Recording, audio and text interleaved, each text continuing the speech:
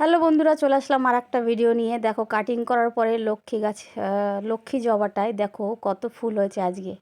এরপরে বর্ষা পড়ছে, আস্তে আস্তে অনেক ফুলই ফুটবে। দেখো, কলিও প্রচুর আছে। দেখো, আজকে অনেকগুলো ফুল ফুটেছে। তারপরে দেখো, আমার আরও কিছু গাছ দেখো শীতের, যেটা এখনও ফুল দিচ্ছে।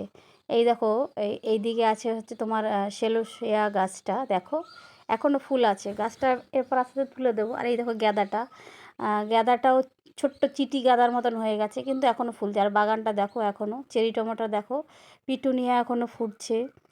এই দেখো, উচ্ছে গাছ লাগিয়েছি, সেটাও বেশ বড় হয়েছে। এই দেখো কোথায় উঠেছে। আর এটা আমি এনেছিলাম বোতাম ফুল, সেপ্টেম্বর মাসে আমি এর বীজ ফেলেছিলাম।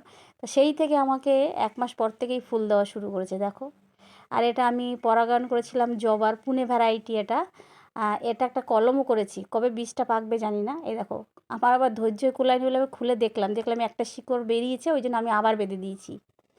আমি কোনোদিন করিনি, এখন আস্তে আস্তে এটাকে। আর দেখো ক্যাপসিকামটা, ভেবেছি লাল হবে, দেখছি অরেঞ্জ হয়েছে, ওই জন্য আমি রেখে দিয়েছি, পাকাচ্ছি বীজ তৈরি করবো বলে।